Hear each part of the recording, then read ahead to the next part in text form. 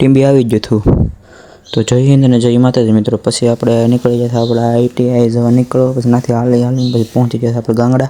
આ છે આપણા સંજયભાઈ, જે અમે બે પછી બેસી ગયા હતા બસની વેટે। પછી અમે પહોંચી ગયા હતા બસમાંથી ઉના જઈને પછી બેઠા। પછી અમારી બસનું ટાણું હજી વાર હતી, પછી અમે ફરી બેઠી ગયા ને વાર જોતા હતા।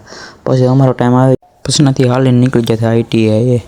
પછી 2 વાગી ગયા હતા। પછી હમણાં અમારે પછી રજા, પછી નાથી કોકની ગાડી પકડી અને પહોંચી ગયા હતા ઉનાની ગલીઓ। આ છે ઉનાની ગલીઓ। અને પછી ત્યાંથી ઉનામાં અમે ગયા હતા બસ સ્ટેશને જઈને બસમાં બેસી ગયા હતા, કેમ કે બસ આવી ગઈ હતી।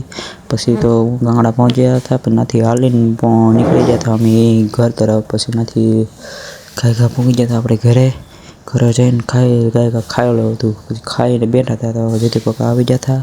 પછી એને આપણે નીકળી ગયા હતા ટીંબી જઈને જે બધું થોડું લેવાનું હતું એ સામાન ગાયકા લઈ લીધો અને પછી નીકળી ગયા હતા ટીંબીમાંથી ટીંબી પહોંચી ગયા હતા। તમે જોઈ શકો ટીંબીનો નજારો।